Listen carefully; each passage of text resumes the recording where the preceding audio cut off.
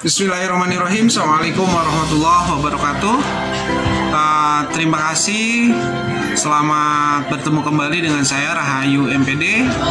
Hari ini kita masuk di perkuliahan kita di sesi kelima. Kita akan berbicara tentang pelanggaran dan proses peradilan hak asasi manusia. Saudara sekalian, rekan-rekan mahasiswa dimanapun saudara berada, kita coba beberapa yang terkait dengan pelanggaran dan proses peradilan hak asasi manusia. Pelanggaran hak asasi manusia internasional biasanya kita mengenal ada 4 hal. Yang pertama adalah kejahatan genosida. Yang kedua ada kejahatan terhadap kemanusiaan dan kejahatan perang. Selanjutnya ada kejahatan dalam konteks agresi militer biasanya. Saudara sekalian, apa itu genosida? Genosida itu adalah kejahatan yang dilakukan dengan maksud untuk menghancurkan dan atau memusnahkan seluruh atau sebagian kelompok bangsa, ras, suku, agama. Jadi kejahatan genosida ini adalah kejahatan yang secara sistemik menghancurkan semua hal yang terkait ras, bangsa, dan sebagainya. Selanjutnya kita masuk kepada kejahatan terhadap kemanusiaan.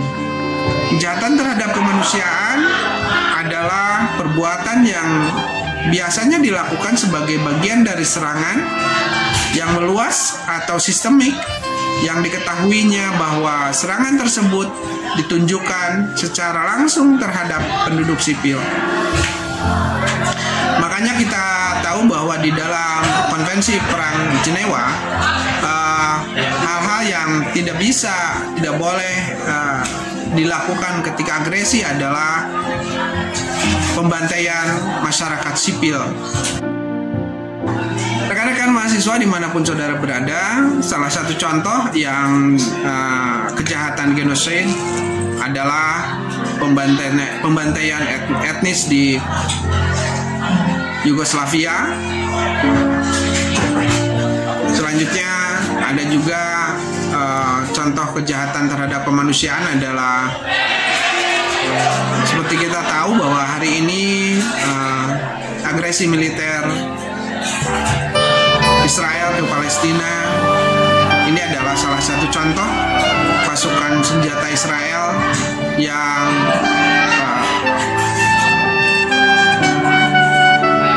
melakukan pembunuhan masyarakat sipil. Rumah sakit juga kena tembakan rudalnya, jadi sasaran tembaknya, dan itu tidak boleh dilakukan dalam Konvensi Perang Jenewa. Saudara sekalian, rekan-rekan mahasiswa, kejahatan perang ini ada 3 hal yang masuk ke dalam kejahatan perang. Yang pertama adalah pelanggaran berat terhadap Konvensi Jenewa yang tadi. Di Konvensi Jenewa itu yang tidak boleh ditembak adalah masyarakat sipil, fasilitas pendidikan, dan fasilitas kesehatan. Ini dilakukan oleh pendudukan Israel ke Indonesia. Selanjutnya, pelanggaran terhadap hukum dan kebiasaan yang diterapkan dalam sengketa bersenjata internasional. Sengketa bersenjata yang bukan merupakan persoalan internasional. Nah, sekalian, kejahatan agresi jenis kejahatan ini diakibatkan oleh penyerangan pasukan suatu negara terhadap negara lain. Salah satu contoh kemarin hari ini kita menyaksikan dunia internasional fokus terhadap apa yang dilakukan Israel terhadap Palestina. Selanjutnya, saudara sekalian, kita masuk kepada internasional kriminal. Statuta dan praktek pengadilan Nuremberg dan Tokyo, di sana kita tahu ada kejahatan terhadap perdamaian, kejahatan perang, kejahatan terhadap kemanusiaan. Sementara International Criminal Tribunal of Yugoslavia. Ini terjadi kejahatan internasional di mana Pengadilan Pidana Internasional untuk negara bekas Yugoslavia memberikan sumbangan secara individu, criminal responsibility dan common responsibility.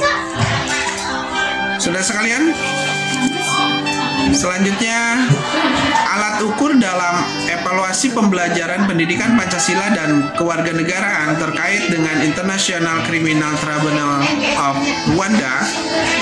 Di Rwanda ada genosida, ada kejahatan terhadap kemanusiaan, ada pelanggaran pasal 3 seluruh konvensi Geneva tahun 1949.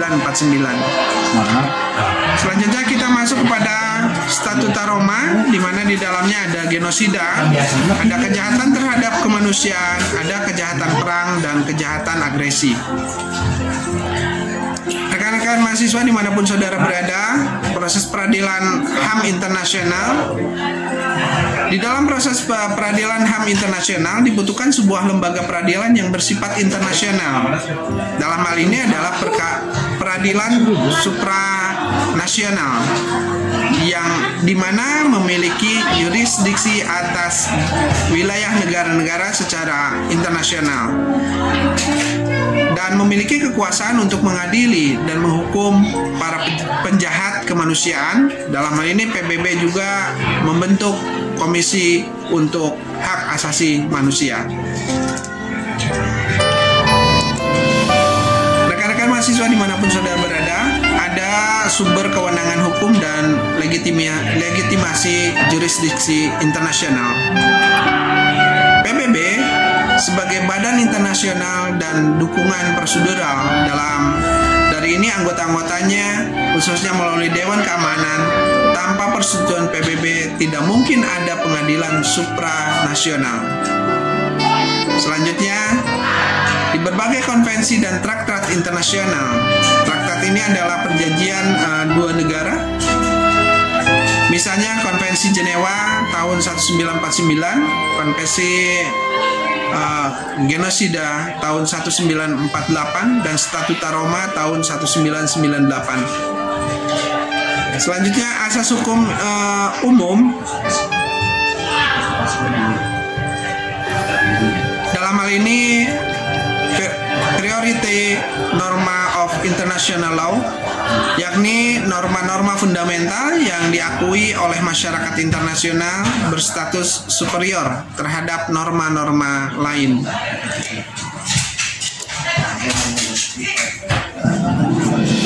Komisi PBB yang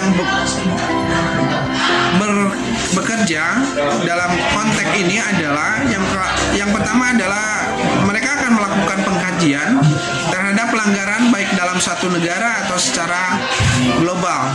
Selanjutnya adanya himbauan dan persuasi. Kekuatan ini terletak pada tekanan opini dunia internasional. Jadi begitu sangat masifnya opini internasional akan sangat mempengaruhi terhadap kajian yang dilakukan oleh PBB. Saudara sekalian, temuan komisi dimuat dalam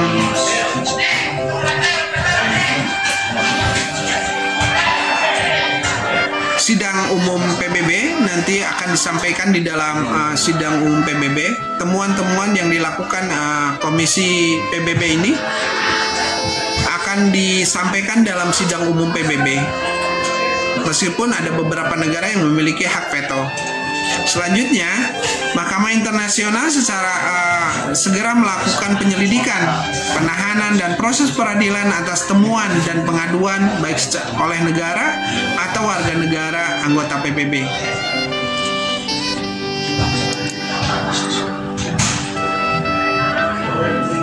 Ada beberapa sanksi yang dilakukan dunia internasional, sanksi internasional terhadap kejahatan-kejahatan yang tadi. Salah satu diantaranya adalah genosida atau mungkinan penyerangan tadi atau penjahat internasional. kejahatan internasional. Salah satunya adalah diberlakukannya travel warning terhadap warga negaranya. Selanjutnya ada pengalihan investasi atau penanaman modal asing. Selanjutnya pemutusan hubungan diplomatik, pengurangan bantuan ekonomi, pengurangan tingkat kerjasama, pemboikotan produk-produk ekspornya, dan embargo ekonomi.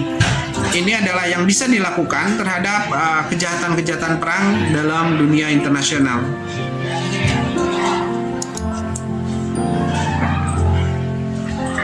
Ini adalah salah satu contoh, kita akan sampaikan salah satu contoh peradilan hak asasi internasional.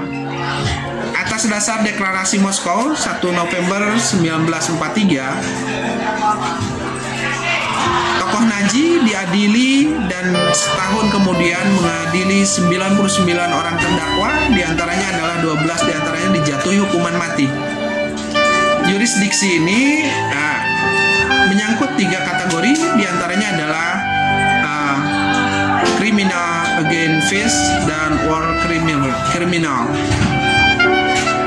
Yang ketiga adalah criminal against humanity. Nazi didakwa telah melakukan genosida, namun IMT memidana karena telah melakukan criminal against humanity, kejahatan terhadap kemanusiaan. Saudara sekalian, banyak hal yang perlu kita lakukan kajian-kajian. Silahkan saudara melengkapinya. Hal yang saya sampaikan tadi di literasi perpustakaan online kita. Terima kasih atas perhatiannya. Assalamualaikum warahmatullahi wabarakatuh.